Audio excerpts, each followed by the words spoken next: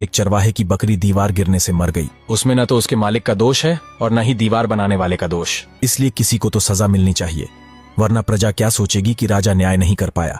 राजा की ऐसी मूर्खतापूर्ण बातें सुनकर ब्राह्मण का लड़का समझ गया कि आज तो उसका मरना तय है। तभी उसे अपने साधु बाबा की बात याद आई। उन्होंने कहा था कि कभी तुम्हें मेरी आवश्यकता पड़े या तुम विपत्ति में फंसो तो मुझे याद करना, मैं तुम्हारे सामने आ जाऊंगा। यह सोचकर ब्राह्मण के लड़के ने राजा से कहा, महाराज, मैंने सुना है कि आप बड़े दयालु हैं और मरने वाले की आखिरी इच्छा पूरी करते हैं। क्या आप मेरी आखिरी इच्छा पूरी नहीं करेंगे? राजा अपनी प्रशंसा सुनकर बोला, बताओ तुम्हारी आखिरी इच्छा क्या है? ब्राह्मण के लड़के ने कहा, मुझे अपने बाबा से मिलना है, मैं उन्हें याद करूंगा तो वे आ जाएंगे, इसलिए मुझे थोड़ा समय चाहिए। राजा ने कहा, ठीक है।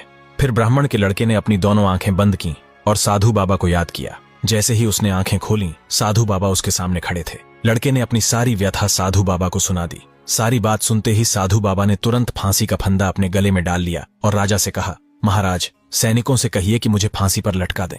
साधु के ऐसे विचित्र व्यवहार को देखकर राजा बोला, क्या आप पागल हो गए हैं? भला फांसी पर लटकने का कोई शौक होता है? साधु बाबा ने कहा, महाराज, समय बीतता जा रहा है, अब बहुत कम समय शेष है। मैं मूर्ख नहीं हूँ। जो अभी फांसी पर चढ़ेगा उसे यमराज सीधे स्वर्ग ले जाएंगे। वहाँ अनगिनत सुंदर अप्सराएं होंगी, अमृत से भरे तालाब होंगे और सेवा के लिए अनेक अप्सराएं होंगी। यह सुख केवल वहीं मिलेगा, इसलिए मुझे अभी फांसी पर लटका दीजिए। साधु की यह बात सुनकर राजा के कान खड़े हो गए। उसने सोचा, स्वर्ग तो मुझे भी जाना है, यहाँ राजा की भी क्या जिंदगी है। हर समय फैसले करने पड़ते हैं और हमेशा यह डर रहता है कि कहीं राज्य पर आक्रमण न हो जाए। अभी अच्छा मौका है स्वर्ग जाने का। यह सोचकर राजा ने सैनिकों से कहा, इस साधु